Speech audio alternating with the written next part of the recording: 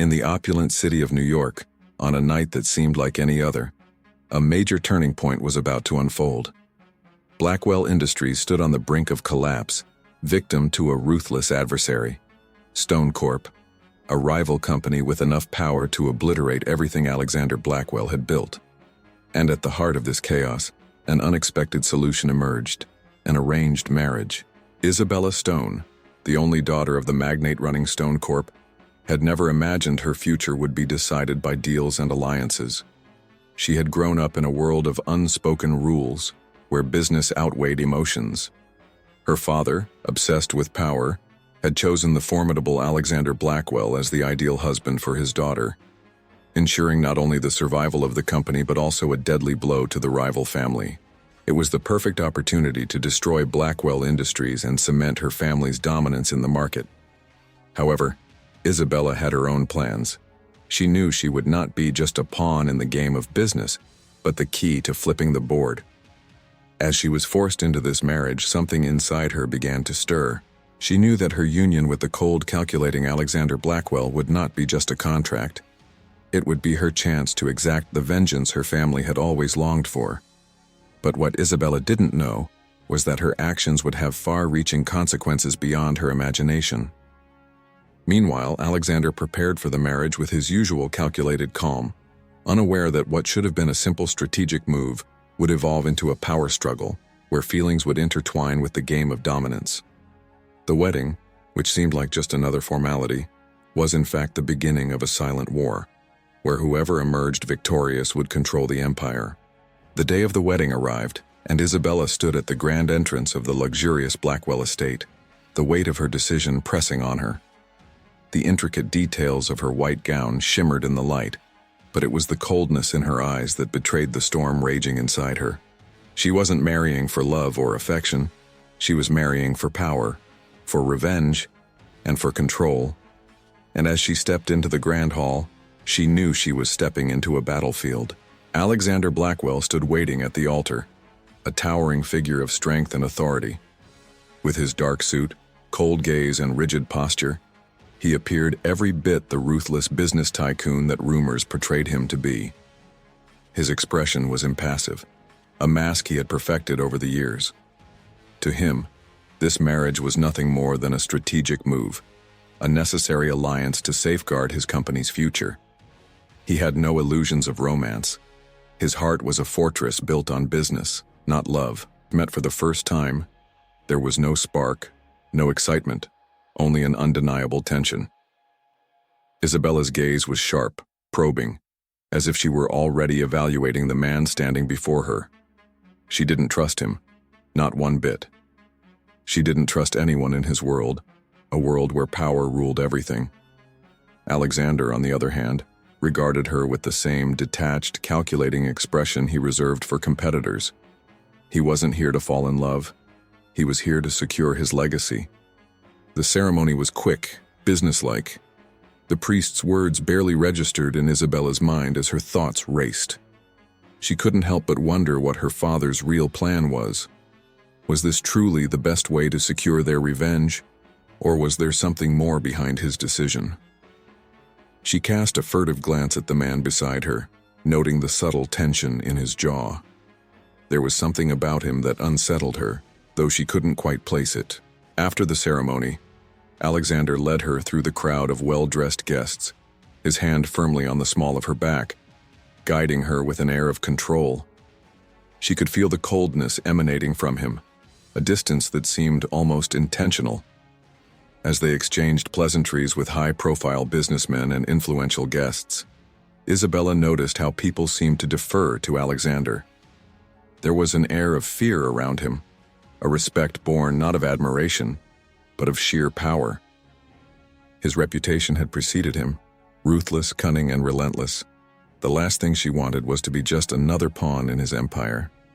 As the night wore on, the atmosphere grew increasingly suffocating. The guests were busy with their conversations, but Isabella couldn't shake the feeling of being watched, of being calculated. Every word she spoke, every gesture she made, was measured by Alexander, who kept his distance, both physically and emotionally. He was not the man she had expected. His coldness wasn't just an act, it was who he was, and she hated him for it. Later in the evening, they found themselves alone in a corner of the grand ballroom, away from the prying eyes of the guests. Isabella's mask of composure cracked as the weight of the situation settled in. This marriage, this farce, was a far cry from what she had hoped for. She had anticipated power, manipulation, and control. But this was a marriage of convenience, built on nothing but mutual distrust. "Do you think this will work?" she asked, her voice low but laced with challenge. Alexander's eyes locked onto hers, and for a brief moment, she thought she saw something behind his cold exterior. Was it doubt? Regret? But it vanished as quickly as it had appeared. "It doesn't need to," he replied, his voice as cold and calculated as ever. "We both have our roles to play." Isabella wasn't sure if that answer frustrated or intrigued her more, but she couldn't show weakness. Not now, not ever. "You seem so certain," she said, her words dripping with sarcasm. "But I'm sure you've heard the rumors. People don't just marry for business, do they?" For a fleeting second, Alexander's gaze flickered, but he quickly regained his composure. "The world is a business, Isabella. You'll learn that soon enough." She bit back the retort on the tip of her tongue, but the venom was already there. She didn't want to play by his rules. She didn't want to be part of his cold, calculating world. But she had no choice for now. Days turned into weeks, and the marriage that was supposed to be a strategic alliance began to feel more like an unspoken truce. Alexander and Isabella remained distant, their interactions mostly formal and transactional. Their shared moments were limited to business meetings and dinner parties where they played their parts flawlessly, but behind closed doors, the tension between them remained palpable. But there was something in the way Alexander watched her when he thought she wasn't looking. It wasn't just the cold, calculating gaze she had come to expect, it was something different. A flicker of something deeper, something almost human, that confused her. Isabella knew she was no longer simply a tool in his plan, but neither was she a partner in the traditional sense. She was something more, something that both intrigued and frustrated him. One evening, after a long day of meetings, Alexander invited her to his private study. It was an invitation that left her with a mix of curiosity and caution. She had grown accustomed to his aloofness, but there was a change in his demeanor tonight, something in the way he looked at her that suggested there was more to him than the ruthless businessman everyone spoke of. As Isabella entered the study, she couldn't help but notice the contrast between the man and the room. The study was warm, filled with leather-bound books and rich mahogany furniture, yet the air felt cold, distant, like the man who resided there. "I need your help," Alexander said, his voice softer than usual. Isabella raised an eyebrow. "Help? From me?" She couldn't hide the disbelief in her tone. "You've never needed my help before. What's changed?" Alexander hesitated for a moment, clearly wrestling with his own emotions. "I need you to help me with something personal, something that's affecting the company." Her interest piqued. Isabella took a step closer. "Personal?" she repeated, feeling the sudden shift in the room's atmosphere. "You don't strike me as the type to seek personal advice, Mr. Blackwell." He smiled, briefly, but it was enough to make her pause. "I know, but this isn't business. It's something else." He walked over to his desk and slid a folder toward her. "I've been investigating something. Someone who's been leaking information to our competitors." Isabella looked at the folder, her curiosity now fully engaged. She hadn't expected this. "You want me to help you find the traitor?" Alexander nodded. "You're sharp. I need someone who knows how to handle people, someone who isn't afraid to get their hands dirty." For the first time since their wedding, Isabella felt something stir inside her. There was a flicker of respect in his voice, a shift in their dynamic that she hadn't anticipated. She hadn't expected to work with him, let alone on something so personal. But she also knew that this wasn't just about helping him. It was an opportunity. "You realize that I could use this information against you, don't you?" she said, her tone cool but with an edge of challenge. Alexander's gaze hardened. "I trust you, Isabella, and I know you understand the stakes. You've made it clear that you have your own agenda, but so do I. Help me, and you'll have more power than you've ever imagined." Her eyes narrowed as she absorbed his words. There was something unsettling about his trust, about the way he was willing to rely on her, but at the same time a part of her was drawn to him. This was the first time she had seen him vulnerable, and it intrigued her more than she cared to admit. "Fine," she said finally. "I'll help you. But I'm not doing it for you. I'm doing it for me." Alexander leaned back in his chair, his expression unreadable, but there was a glint of something, was it approval, in his eyes. "That's exactly why I'm asking you." Over the next few weeks, they worked together in a way neither of them had expected.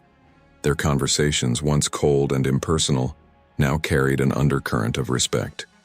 Isabella was shocked at how well they worked together. She had always seen Alexander as a ruthless businessman with no real emotions, but as they delved deeper into the investigation, she saw glimpses of a different side to him. He wasn't just the man of steel she had imagined. There was something more complex beneath the surface. But despite their growing understanding, their relationship remained complicated. Each moment of connection was tinged with the knowledge that their alliance was built on mutual distrust. Isabella couldn't fully let go of the plans she had for her family's revenge, and Alexander still saw her as part of a deal, not someone he could truly trust. But there was no denying the bond that was slowly forming between them, one that neither of them knew how to navigate. But she had no choice for now. The days blended into each other as Alexander and Isabella continued their uneasy partnership. The investigation into the leak was progressing, but so were the complications in their marriage. Their occasional moments of camaraderie were fleeting, and the tension that had once been obvious in their every interaction was beginning to morph into something deeper, something they were both too proud to confront.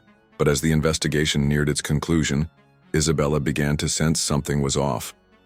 Alexander was becoming more distant, his once rare but tender moments now non-existent. He seemed more focused than ever, almost obsessively so, and Isabella couldn't shake the feeling that he was hiding something from her. It wasn't until one fateful night that everything changed. It was late, and Isabella was in her study, reviewing some documents when she heard the door open behind her. She didn't need to turn around to know who it was. His presence, that same commanding aura, was unmistakable. "Is something wrong, Alexander?" she asked, without looking up, her voice casual but laced with concern. There was something in the air, something heavy, something about to break. There was no reply at first, just the sound of footsteps. Then he spoke, his voice low, tight with an emotion she couldn't quite place. "I found the leak," Alexander said, his tone sharp. Isabella's heart skipped a beat. She had expected this moment, but she wasn't prepared for the coldness that seemed to seep from his words. "Who is it?" she asked, turning to face him, her eyes narrowing in suspicion. Alexander's gaze met hers, and for the first time she saw something in his eyes, a flicker of something darker than she had ever seen, a hint of something dangerous. "Someone you know," he said, his words hanging in the air like a death sentence. The blood drained from Isabella's face as she took a step back. "What are you talking about?" Her voice was steady, but the fear was rising in her chest. He reached into his coat pocket and pulled out a thin folder, handing it to her. She took it with trembling hands, her mind racing. She opened it quickly, her eyes scanning the contents. And then she saw it. The name. Her father. She couldn't breathe. Her fingers gripped the paper so tightly, her knuckles turned white. This couldn't be right. This had to be some kind of mistake. "Your father?" she whispered, barely able to form the words. Alexander didn't answer. Instead, he walked toward the window and looked out at the city lights, his back turned to her. "I've been tracking him for weeks," he said, his voice barely audible. "The leaks, the sabotage deals, it all points back to him." Isabella felt a wave of nausea wash over her. How could this be happening? Her father, the man who had orchestrated her marriage to Alexander, was the one responsible for betraying him. Betraying her? She wanted to scream, to throw something, to deny it all. But the evidence was there, staring her in the face. The very man she had been trying to outsmart, the man who had controlled her life, had been the one pulling the strings all along. He was the enemy in this twisted game, and her marriage had been nothing more than a pawn in his larger scheme. Her hands shook as she dropped the folder onto the desk. "No," she muttered, more to herself than to Alexander. "This isn't possible. There has to be another explanation." Alexander turned toward her, his expression unreadable. "It's true. I didn't want to believe it either, but everything lines up." She felt like the ground had been ripped out from under her. The man she had trusted, the man who had promised to protect her, was the very one who had been betraying her all along. "Why didn't you tell me?" she asked, her voice cracking with emotion. "I needed you to trust me," he replied, his voice colder than ever. "I needed you to see the truth, not just the side you wanted to believe." Isabella was torn between disbelief and fury. How could he have kept this from her? How could he have played along with her father's game without telling her the truth? "You lied to me," she spat, the anger bubbling to the surface. Alexander's gaze softened for a moment, but it was fleeting. "I didn't lie to you, I kept things from you, there's a difference." She took a step forward, her eyes flashing. "And what about my father? What does he want from me? What was all of this for?" For the first time in their marriage, Alexander looked vulnerable. He was no longer the unshakable, ruthless businessman. There was a crack in his armor. "Your father doesn't care about you," Alexander said quietly. "This was never about you. He's been using you as leverage, and this marriage was just another part of his plan." Isabella felt the weight of his words crash down on her like a ton of bricks. Everything she thought she knew, everything she believed in, had been a lie. She had been nothing more than a pawn in a game of power, a piece to be moved when it suited her father's interests. For the first time, she saw Alexander not as her enemy, but as someone who had been caught in the same trap. He had been just as much a victim as she had been.